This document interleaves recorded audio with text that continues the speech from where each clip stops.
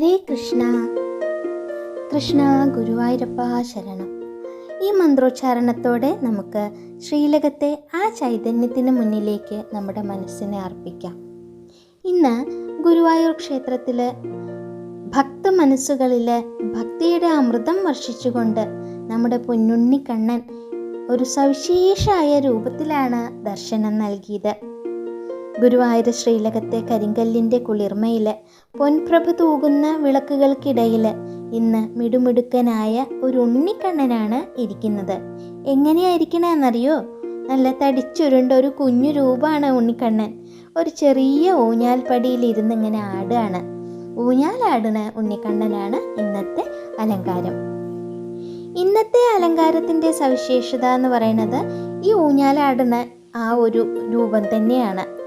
ഒരു ചെറിയ ഊഞ്ഞാൽപ്പടിയിൽ തടിച്ചു മിടുക്കനായിട്ടുള്ള ഒരു കുട്ടി കുറുമ്പനായിട്ടുള്ള ഒരു ഉണ്ണിക്കണ്ണനാണ് ഇരിക്കുന്നത്.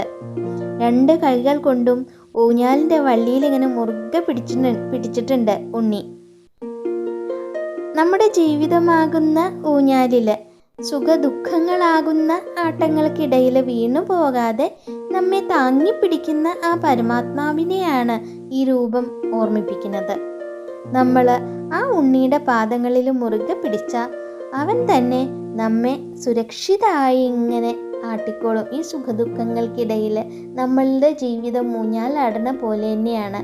അത് സുരക്ഷിതമായിട്ട് ആടുക എന്നുള്ളതാണ്. അത് ഉണ്ണി നമുക്ക് ചെയ്തു തന്നോളും എന്നാണ്. ആടിക്കൊണ്ടിരിക്കുന്ന ഊഞ്ഞാൽ എന്ന് പറയുന്നത് നമ്മുടെ സംസാര സാഗരത്തെ, അതായത് ജീവിതത്തിലുള്ള ഈ മാറ്റങ്ങളെയാണ് സൂചിപ്പിക്കുന്നത്. ഈ മാറ്റങ്ങൾക്കിടയിലും വീഴാതെ ഊഞ്ഞാൽ വള്ളികളിൽ ഇങ്ങനെ മുറുകെ പിടിച്ചിരിക്കുക, അതായത് വേദങ്ങളാകുന്ന പ്രമാണങ്ങളിൽ മുറുകെ പിടിച്ചിരിക്കുന്ന ഭഗവാൻ നമ്മളോട് പറയുന്നത്, ലോകം ആടിക്കൊണ്ടിരുന്നാലും എന്നിൽ ഭക്തിയോടെ ഉറച്ചു നിൽക്കൂ എന്നാണ്. ഞാൻ കൂടെ ഉണ്ടാവും എന്ന് തന്നെയാണ്, വീണു പോകാതെ ഞാൻ കൂടെ ഉണ്ടാവും എന്ന് തന്നെയാണ് നമ്മുടെ ഉണ്ണിക്കണ്ണൻ നമ്മളോട് പറയുന്നത്. കണ്ണൻ്റെ കുഞ്ഞു വയറിനോട് പറ്റി കിടക്കുന്ന സ്വർണ്ണ കിങ്ങിണികളുണ്ട്, കിലുങ്ങണ പൊൻതളകളുണ്ട്. ആ കുഞ്ഞു കാലുകളിൽ പൊൻതളകൾ അണിഞ്ഞിട്ടുണ്ട്. ആ പൊൻതളകൾ അണിഞ്ഞിട്ടുള്ള ആ കുഞ്ഞിക്കാലുകൾ കുറച്ചിങ്ങനെ ഉയർത്തി വെച്ചിരിക്കുക കണ്ണൻ. ഇങ്ങനെ നീട്ടി പിടിച്ചിട്ട് ഉയർത്തി വെച്ചിട്ട് കഴുത്തിൽ മനോഹരായ കാശുമാലയും പതക്കവും ഉണ്ട്. പട്ടുപുടവെടുത്ത് കൈവളകളും തോൾവളകളും ഒക്കെ അണിഞ്ഞു നിൽക്കുന്ന ആ രൂപം നമുക്ക് കണ്ടു കഴിഞ്ഞാൽ നമ്മുടെ കണ്ണിങ്ങനെ അറിയാതെ നിറഞ്ഞു പോകും എന്നുള്ളതാണ്. അത്രയും കോമളമായിട്ടുള്ള നല്ലൊരു ഉണ്ണി.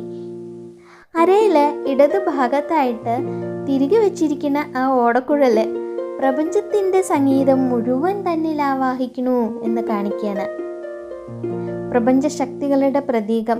കുഞ്ഞിക്കാലുകളിൽ പൊൻതളകളും അരയിൽ കിലുങ്ങുന്ന കിങ്ങിനിയും കഴുത്തിലെ കാശമാലയും പതക്കവും ഉണ്ട്.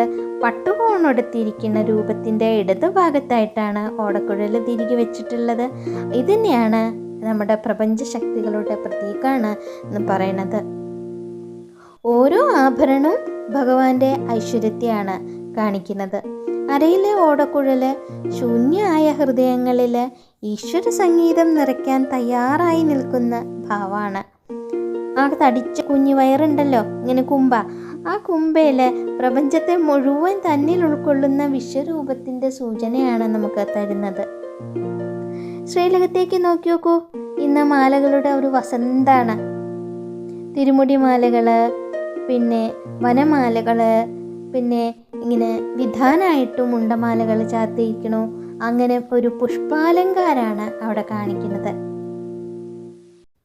വെളുത്ത പൂക്കൾക്കിടയിൽ ചുവന്ന തെച്ചിപ്പൂക്കൾ കോർത്തിട്ടുള്ള 3 തിരുമുടി മാലകൾ കണ്ണൻ്റെ ശിരസിനെ അലങ്കരിക്കുന്നുണ്ട്. കഴുത്തിൽ ഉണ്ടമാലകളാണ്. കഴുത്തിൽ ചാർത്തിയിട്ടുള്ള വലിയ ഉണ്ടമാലയിൽ തുളസിയും തെച്ചിയും വെളുത്ത പൂക്കളും ഇടകലർന്ന് ഇങ്ങനെ കോർത്തിരിക്കുകയാണ്. വിധാനമായിട്ട് തൂക്കിയിട്ടുള്ള ഉണ്ടമാലകളാട്ടെ ശ്രീലകത്തിൻ്റെ മുകളിൽ നിന്ന് ഇങ്ങനെ തൂങ്ങിക്കിടക്കുകയാണ്. താമരമാലകൾ, തുളസിമാലകൾ, തെച്ചിമാലകൾ ഒക്കെ കൂടി ആ ഒരു അന്തരീക്ഷത്തെ ഇങ്ങനെ സുഗന്ധപൂരിതം നയനമനോഹരവും ആക്കി മാറ്റുകയാണ്. ഭക്തിയുടെ സുഗന്ധമാണ് പുഷ്പാലങ്കാരം എന്ന് പറയുന്നത്. ഭഗവാന്റെ ശിരസിൽ ആ 3 തിരുമുടിമാലകൾ പീലി പോലെ ചാർത്തിയിട്ടുണ്ട്. വെളുത്ത പൂക്കൾക്കിടയിൽ ശോഭിക്കുന്ന ചുവന്ന തെച്ചിപ്പൂക്കൾ, താമര, തുളസി, തെച്ചി എന്നിവ കൊണ്ട് നിർമ്മിച്ച 5-6 വലിയ മാലകൾ തന്നെയാണ് ശ്രീലകത്ത് ഇങ്ങനെ വിധാനമായിട്ട് തൂങ്ങിക്കിടക്കുന്നത്. താമര നിർമ്മമതയാണ് കാണിക്കുന്നത്, തുളസി ഭക്തിയെയാണ്, തെച്ചി ഭഗവാനോടുള്ള തീവ്രമായ അനുരാഗത്തെയാണ്, ഇഷ്ടത്തെയാണ് കാണിക്കുന്നത്. ഈ പുഷ്പങ്ങളുടെ നടുവിലിരിക്കുന്ന കണ്ണൻ നമ്മുടെ ഹൃദയ കമലത്തിലെ ഈശ്വര ചൈതന്യമാണ് എന്നാണ്. ഭഗവാൻ തൻ്റെ കുഞ്ഞു കാലുകൾ അല്പം പൊക്കി പിടിച്ചിട്ടായിരിക്കണമെന്ന് പറഞ്ഞല്ലോ.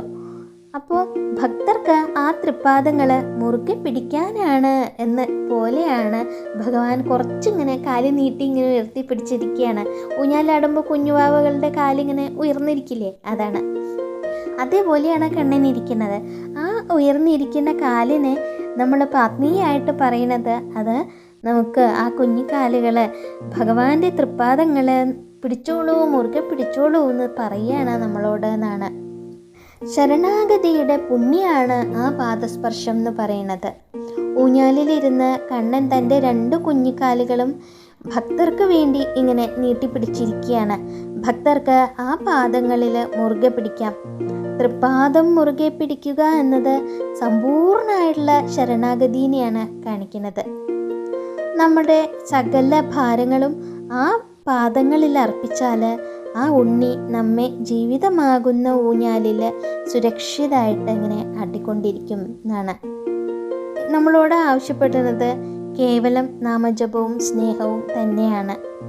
ശ്രീലകത്ത് ആടുന്നത് ഉണ്ണിയാണെങ്കിലും കണ്ണനാണെങ്കിലും യഥാർത്ഥത്തിൽ അവൻ ആടുന്നത് നമ്മുടെ ഓരോരുത്തരുടെയും മനസ്സിലാണ്.